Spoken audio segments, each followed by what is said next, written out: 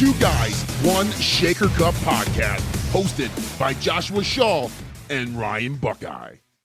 What's up, boys and girls? Welcome inside the Two Guys, One Shaker Cup podcast. But there were no Shaker Cups given out a week ago in Columbus. There will be no Shaker Cups given out in Cologne, Germany. And at this rate, there's probably going to be no Shaker Cups given out in Birmingham over in the UK coming in May. But we don't know. That is not a confirmation of sorts. But if I'm a betting man, I would bet right now that Body Power is probably going to follow suit.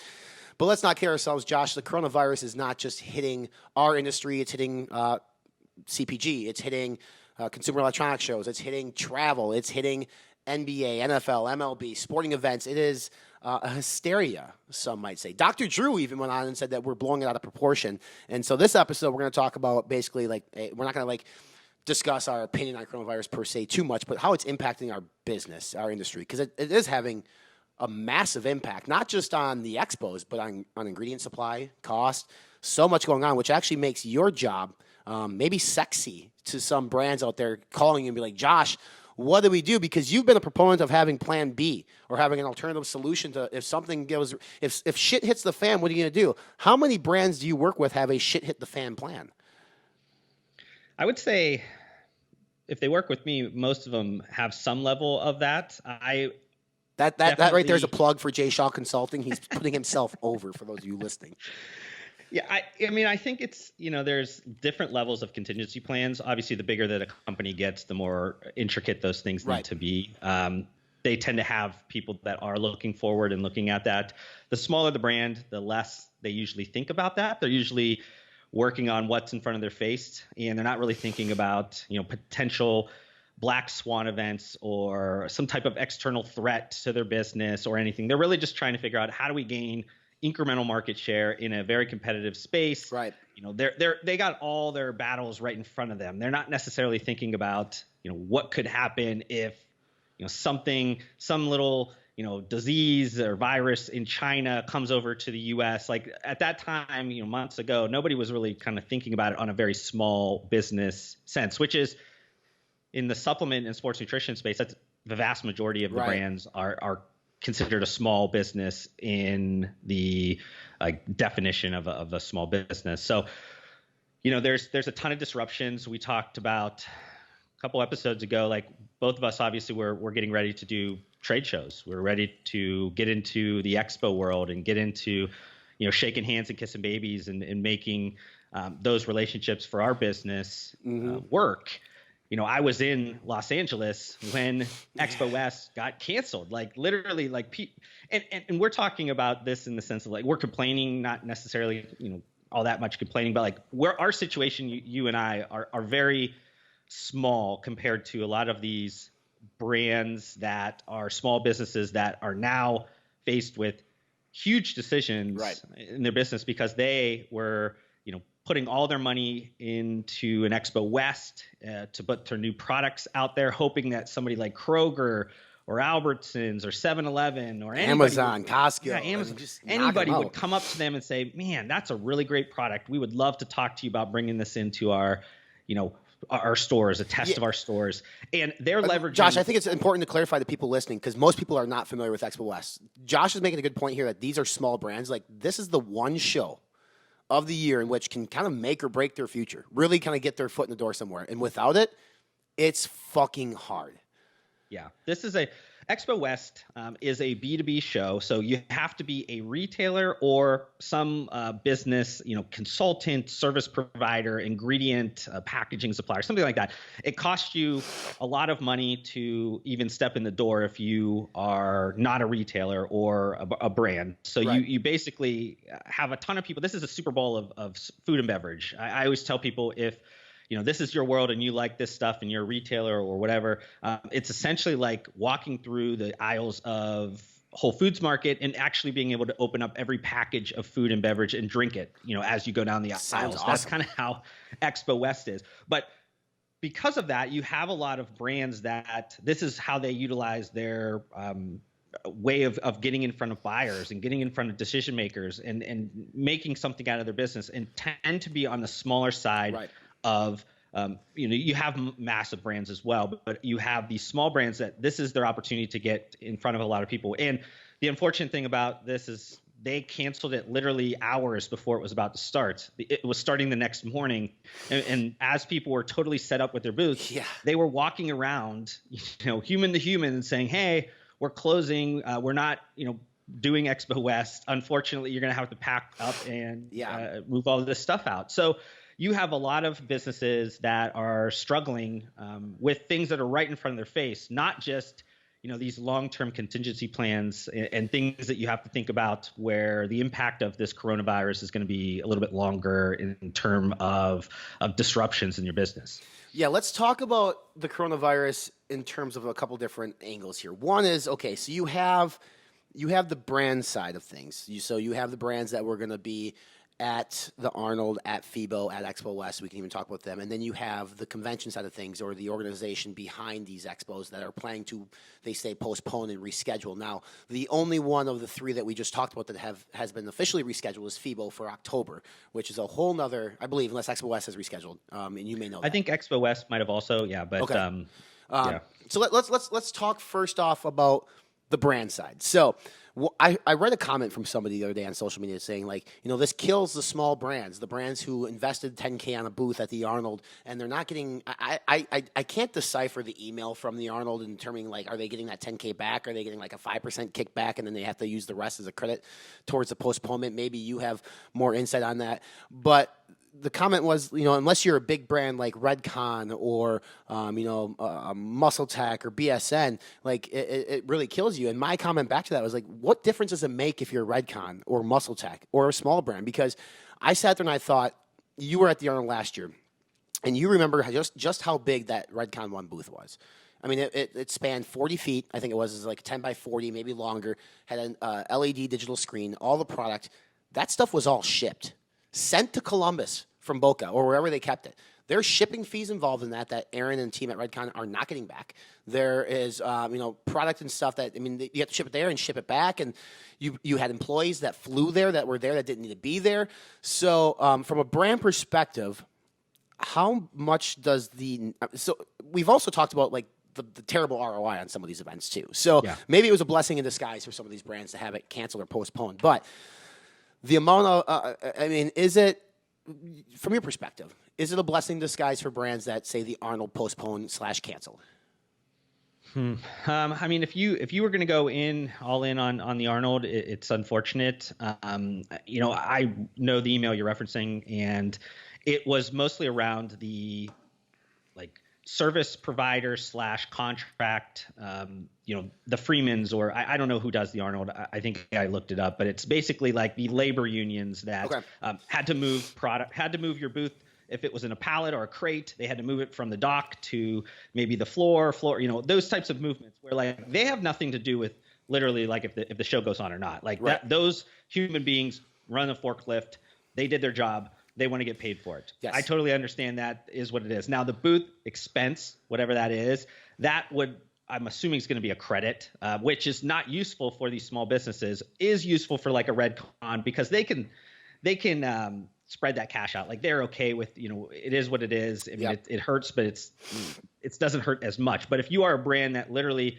you're going check to check and you are trying to figure out how are we going to make this next manufacturing run? How are we going to, and then somebody's going to give you a $5,000 credit for the next Arnold event. What does that do for you? You want that money back. You need that money to work for you. So I think it has a little bit different of a level, but I think it does have an impact on any business that was there. And it makes them question things in the future because they're going to say, I'm already trying to figure out if this makes sense for me. Right now, what if this happens again?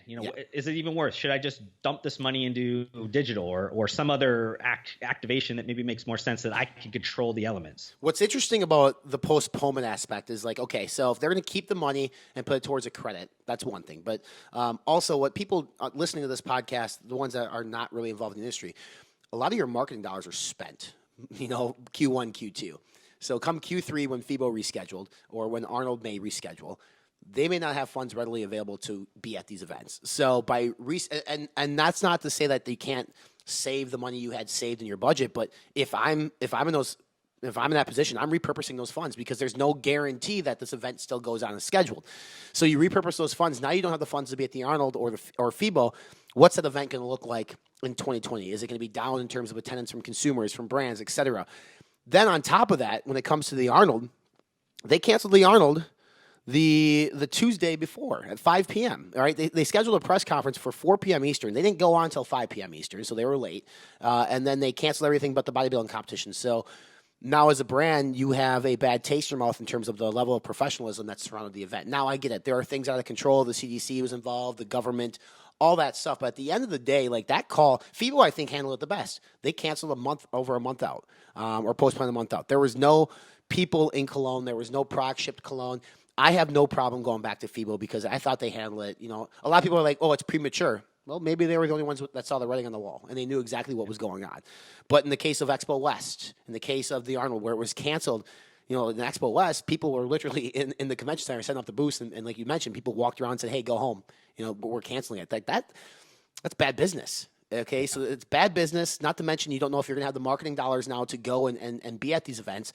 So if I'm in the brand's shoes, honestly, like I'm repurposing those funds into a digital marketing campaign, something of that course, and I'm just saying, fuck it this year. Like I'm not doing it this year because most people are probably are going to be doing, like I feel like, and you can correct me wrong, in terms of like product launches, a lot of people used to schedule them around the Olympian Arnold. Now it's kind of not that. So you don't need those events. They're fun to be at, to interact and engage with the consumers, and the consumers get to engage with your brand and get that experience. Like, you know, the animal cage, for instance, we've talked about that. Like that's an experience that they do well at the Arnold in terms of an experience.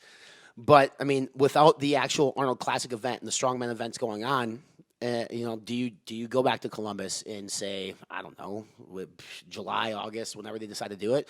Granted, the weather's a lot nicer, so that'd be more attractive. But I think it's tough. I mean, if I'm in the Arnold shoes, like I would not even postpone the Expo. I think I would just wait till next year and do it same time next year. Expo West, I guess I'm not too familiar with it, but the flip side of that too is then like the economic impact then to that city. And we've talked about this at Open. Like the Arnold Expo brings in hundreds of thousands of people, or, you know, from around the world, competitors, athletes, consumers, spectators. Those hotels, I remember when I called Josh to cancel, literally like probably 10 minutes after the press conference, and we were staying at the Renaissance, which is just a block down from the convention center. They had not known yet. And I had let the girl know, like, hey, by the way, your phone's going to be ringing like crazy. The amount of money that got ripped from the city, you know? I mean, the money that you spend on food, lodging, rental cars, powerhouse gym, whatever it might be, you can't make that up. So there is a lot that went into play in that decision. I'm actually kind of a little stunned and shocked that they canceled it. I didn't think they would, but you know, it is what it is. But I guess to bring it back, like in your case, is say they reschedule the Arnold for August. Let's just say that. So it's kind of the way. Would you go as a brand? They'd have to make it attractive for me. I mean, if I was a brand owner, it'd have to be very attractive for me to come in there. At this point, I think it's a matter of just like it's a wash and just move on to the next year. I don't really think that there's much of a use to kind of reschedule it. You know, the economic impact to the city, yes, but I think for the viability of the event and the image of the event going forward, I think it just makes sense more just to kind of regroup and figure out a way to make it bigger and better for 2021 and just go with it. I don't think that you try to salvage it and do something else, because I think it's not going to be a good look either way. And I think that a lot of especially on the Arnold side, you have a lot of the competitors that like they're getting ready for this. It's kind of like they're, in a lot of ways, those are like their national competitions, or, you know, this is their Olympic, event really type of a thing. And like they're peaking for those things. You know what I mean? So I think there's that element as well. I mean, they let the bodybuilders obviously work, still do their thing, because that is such an extreme kind of peaking event. But all these other events as well, it's like they're in a season as well. It is what it is. So I think, you know, on the show side, I think it's one of those things where you just kind of have to move forward. It's a black swan event.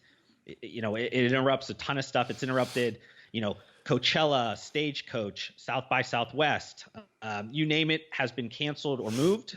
So it's at this point where everybody's saying, hey, we don't want the blood on our hands. If it gets as worse as everybody thinks it could get, we don't want to be the person to facilitate this or be the catalyst for it to get worse.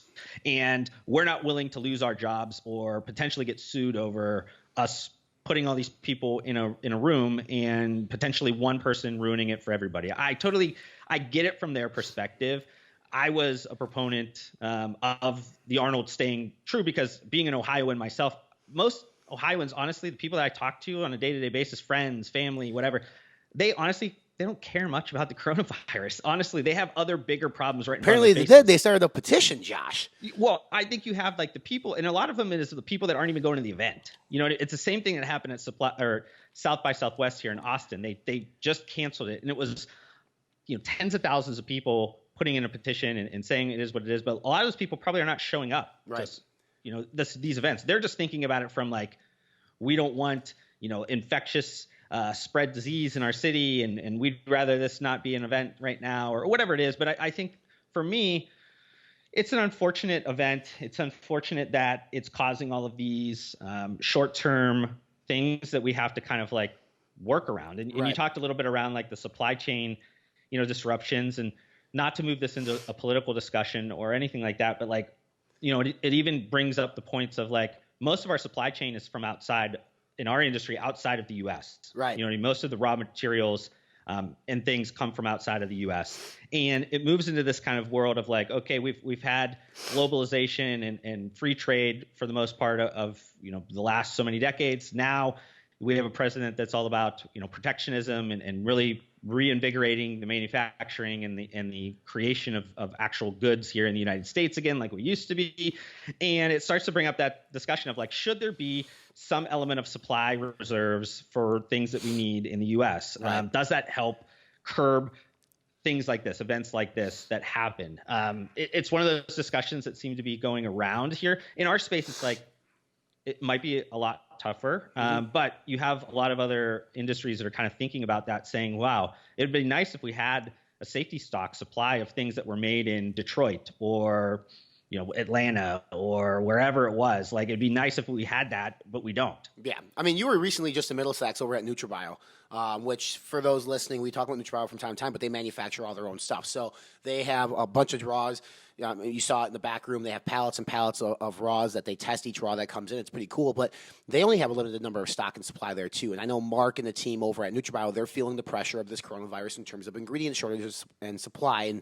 And guys that we converse with, girls that we converse with on a daily basis are talking about how this coronavirus is really impacting the production side of things. So it's not just like going and doing the marketing stuff at the Arnold and Expo West or FIBO. It's like, okay, at what point do we run out of supply? Like, are we able to get stuff from China, which is where the coronavirus, China and Korea in the cattle farms or whatever the hell it was, is where this whole thing kind of like stemmed and grew. And but did you and Mark and team there have a conversation about the stresses of potential shortage of an ingredient supply and what's going to happen in terms of the cost of ingredients and the impact to potentially their bottom line?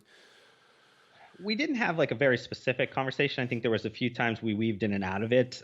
My particular kind of thought around it and kind of what I brought up in terms of point was you got to kind of have to start to guard your 80%. Like most brands, we talk about brands, but like it's usually a product or two that is far and away your best seller. And you have to figure out now it's in preservation mode. How do you guard 80% of your revenue? How do you make sure that you have stock for those ones? You might have to drop off and go out of stock for a lot of products that are not really worth maybe your resources or time to be put into them, but you have to protect your 80% because that's your money makers. The rest of them are just kind of window dressing or whatever it is. Like, you don't necessarily need a lot of those. Most of them probably should be gone anyways for SKU rationalization purposes, but a lot of people just keep them around. Nobody knows what that means, Josh. Nobody knows what SKU rationalization. That's why there's so many of these products out there that don't ever sell, but they keep producing them. Yeah, exactly. So you have this idea of like guarding, your 80%, and you have to kind of keep yourself alive. You're not necessarily thinking about, okay, this is the best decision in the long term. It's how do I make sure that I guard my territory right now to sustain my business going forward? And you're going to have price increases for anything, regardless if it's your 80% or not. Like, you're going to have to absorb some of that or pass that on to the consumers, which at this point, I think a lot of brands are taking that and actually absorbing that. You haven't seen the actual businesses, like the brands, pass that on yet, because I think it's still too short of a cycle right now. You are seeing, though, like, to move this kind of one step further, like retailers gouging consumers on for toilet paper of certain things. Of certain things. You're having the retailers kind of do this on hand sanitizers or toilet papers, and most of the largest retailers, obviously, they're not going to do that. Right. Costco's, the Walmarts, the Targets, the Krogers, they don't do that. But you have a lot of these mom and pop shops that they are trying to take advantage of the hysteria, of the panic, and they are doing this. And maybe this moves into something a little bit closer to home for us. Is like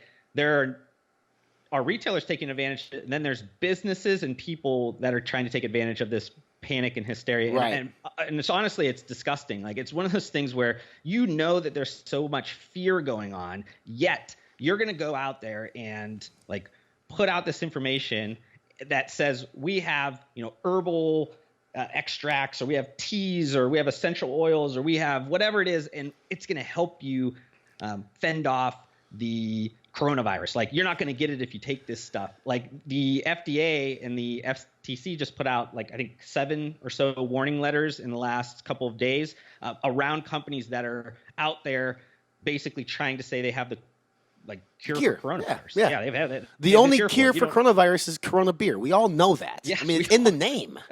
And that's a totally other subject. Did you see the numbers that have come out with like Constellation brands, like them struggling with Corona beer? Like, what? It's because candidly, I know this is off subject. Candidly, when I was on the beach in Miami, I got a text about this coronavirus at the end of January, and I thought it was a joke because I was drinking Corona on the beach. I was like, oh, that's funny. There's a coronavirus because of Corona beer. Didn't realize it's a real thing that's going to fuck up our industry and impact our business, which is absolutely insane. But I think, to your point, Josh, like about the ingredient supplies and it hasn't hit yet, it really depends on how long this whole thing spans for. Nobody really knows. I mean, obviously, more and more information comes out in terms of containment and vaccinations that are coming out, and they're trying to figure it out. But each and every single day, especially now in America, there's a new case. Somebody just died of it, I think, recently. But again, I think what people don't understand is typically the people who are high at risk are the elderly and people with low immune systems. But at the end of the day, when you have a market that is invested the way we are in media, we will believe anything that we are told. And, I'm not going to sit here and say it's bullshit. I'm not going to go that far, but I'm going to say, I think it has been blown up quite a bit, and out of proportion. And we've talked about that before, but it's to the point where it's causing hysteria. And I think, we look at the ingredient supply shortages. I was on a phone call yesterday with Nutrex, which is a big brand, obviously, that people know. I mean, they are worried about it, and they're a big brand. And what they're worried about is at some point, Glambia, who is a major ingredient supplier, what do they do? Do they start increasing their prices to these other brands, and does that sever relationships? Does that put a bad taste in their mouth? Because if Glambia makes a decision fuck, we might be short on ingredients on this side, do we pass that on to them, and then do they get upset at us and then decide to go elsewhere in the future? Because this could be a long-term impact in terms of B2B relationships, too, within our space. And then you have your CMOs, and what are they going to start charging for the next batch of run? Now are you reaching profit margins the way you're supposed to give points to bodybuilding.com and all these? I mean, it's a long chain of events that I think that brands, they should have a contingency plan, like you mentioned. That should be one thing that they have, regardless if coronavirus exists or not. And I would imagine, brands that work with you, obviously you let them know, you need to have plan B. And I know that somebody got into it with you on social over that. It's just if your mindset is to get into it with Josh on social about having a plan B, then you already have a broken mindset. You need to have a plan B. It needs to happen. Everybody should have an alternative plan of action. But in this case, it's here, it's real, and if you don't plan now, or if you didn't plan months ago, you could be fucked, and you have nobody to blame but yourself in that situation. And I think, we'll see. I have no idea how long this is going to last. Like I said, Body Power is supposed to be in May. That's 2 months away from this podcast. I don't know. I do know that the virus, in terms of, domestically here, college kids are being sent home for the semester. They are being required to take classes online. I mean, that is how big it's gotten here. So then that begs the questions, we look towards September, we look at the Olympia, we look at Athleticon. What should they be thinking right now? What should Dan Solomon be thinking? And I'm actually going to talk to Dan because I'm interested. He was in Columbus all weekend. He was there. He posted some stuff on social about the Lorimers and how he felt for them, because that's a tough position to be in. But then if you're Jake Wood and Dan Solomon right now looking at September, what goes through your head? I have no idea. Yeah, I think that you already have to plan for the worst, and you also have to keep full transparency in terms of your communication with your partners, your sponsors, your Right. athletes, whatever it is, whoever's involved with it, you need to be all cards on the table. Hey, we don't know what's going to happen. We don't necessarily know what the state of Nevada is going to tell us we need to do, or the U.S. government tells us we have to do. There's things that are totally out of our control. But from our control element, this is what we're doing. And you kind of lay out that plan to the people so people know, like, hey, we shouldn't be scared of this. It's kind of, I was just watching the CNBC earlier today around like the cruise liners. They're struggling. Like, people are canceling left and right, and they're having cruise liners. I think 2 of them are out at port, like quarantined, and everybody's obviously in this fear world, and they're saying, well, these 2, like, I don't want to be on my cruise because whatever. And there's actually 400 cruise ships that are out there, and it's like, if you look at the numbers, 2 out of 400 is not all that bad. If you think about it. Right. And it's they're out there saying they're trying to get out in front of the story and kind of make sure that they're telling the story that they need to be told for the facts based around their industry. And it's similar to ours. Like, people need to get out there and start to tell the story. They need to get out there and be in front of their customers and say, hey, there might be some interruptions with our supply. There might be some increases in prices. Like, be straightforward. Say, like, be totally transparent. Say, like, I don't know the answers, but I need to at least let you know that this could happen, and it's out of my control. I've done everything that I could do to help this. Tell them whatever you need to tell them. But I think a lot of people are kind of in this. We don't want to talk about it, because if we talk about it, then it's going to bring light to us, and then people are going to ask more questions, and we're not prepared to answer those questions. It's like this weird thing. So, like, if you are comfortable getting out there, I think people need to do that. It doesn't matter if it's a show 6 months from now, if it's your brand that you're looking at your supplies and you're saying, I don't know, I may only have 3 months left of things. You better at least get out there and tell people what's going on, because if not, and you don't have any stock or anything, they might think you're going out of business. And that's the worst thing. You don't want anybody to think you're going out of business. You and I both know that stockout issues are one of the worst things that you can have for a brand. Yeah. Not being able to supply retailers, but more importantly, consumers with product. And there have been brands that have risen to the top of the game. We've talked about these brands that have had several instances of stockouts, and those brands today are gone because they weren't able to forecast correctly. Forecasting generally in this space is fucking hard. Trying to forecast. Nobody has a great system for forecasting. It's not like we're using intricate forecasting systems that, say, like General Mills used, where they have like forecasting managers. Their whole job is just to forecast for certain retailers. We don't have that in this space. We're not sophisticated enough. We are guessing. Like, I had a conversation when I was at Mills. I texted Aaron Singerman one time. I go, how do you forecast? Like, do you use like a like SKU? Do you find something like that? He's like, we just guess. That's from a brand that's almost $100 million brand. They just guess. And if you have extra stock, then you discount the shit out of it. If you run out, I'm sorry. And you try to get back in stock as quickly as possible. Now add in the complexity of ingredient shortages, and add in the complexity of increased charges at CMOs. I mean, there might be a point where it's too expensive for you to produce that product, and you have to intentionally take a stock out until ingredients come back down. So I think there's a lot that come into play for brands. There's a lot that came into play for consumers. If you're a consumer and you're listening to this podcast or you're watching this podcast, like, you may experience some pricing increasing at some point on your favorite pre-workout, on your favorite protein, on your favorite branched chain amino acid. I mean, it's inevitable if this keeps up for a long time. And it's supply and demand. And if the supply is down, and the demand is high, there's a reason that they can charge a premium for this stuff, which then that cost either has to be absorbed by the brand, which, let's be real, brands in this space do not like to absorb costs at all. They will be passed on to the consumers. So, I don't know, Josh, how long do you think this lasts for? If you're a betting man, if Josh Shaw is being paid his hourly rate, which I believe at this rate is like $725 an hour, I think is what you're charging brands, some crazy number like that.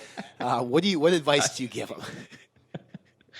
I think I think the rest of the year is going to be disrupted in some way. I think it's going to get much worse over the next probably 3 months or so until there's some good news. And then at that point, it's like, how long does that good news get into the system and kind of flush it through? So is there some treatment plans that are working well? Is there some vaccination that has gotten approved, or at least to the point where maybe it's going to go out to the worst cases to get tested and things of that nature. So I don't know. I mean, I think that you're definitely going to see some downturn for the next couple of months. But I think I made a comment recently around, it wasn't in this case, but it was just kind of around like crisis in general and businesses, and that, bad businesses, definitely struggle or go out of business during crisis. Good businesses stay alive, and then great businesses are ones that actually excel during crisis. So,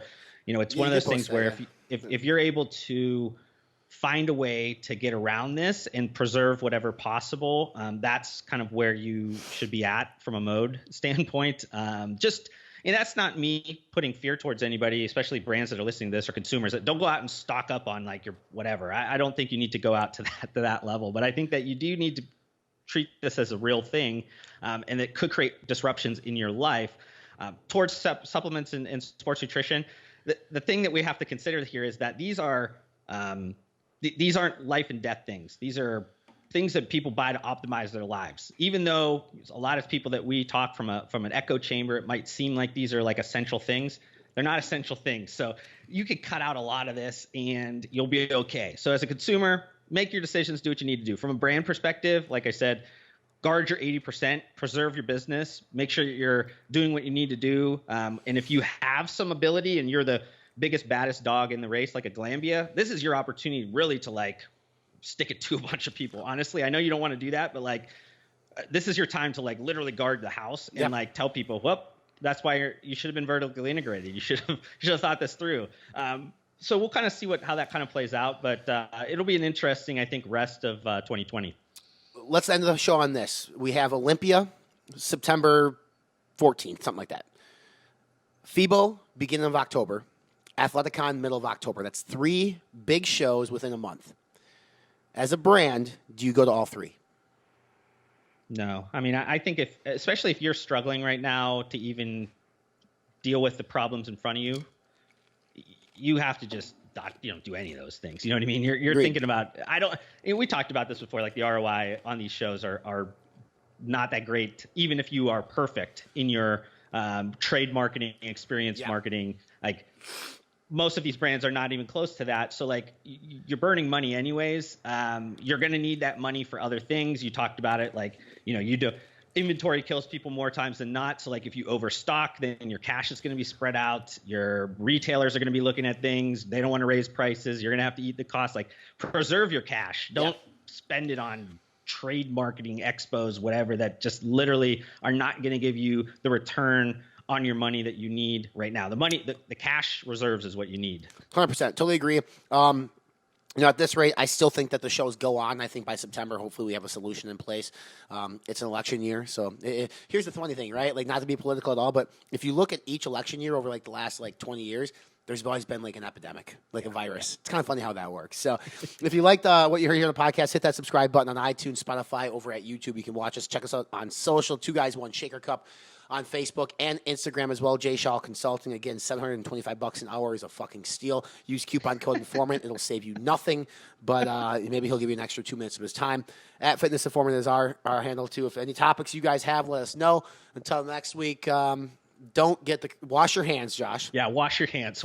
Wash your hands. And I heard you should buy as many masks as possible because apparently that just drink a ton of Corona and enjoy life. Yeah, just enjoy it.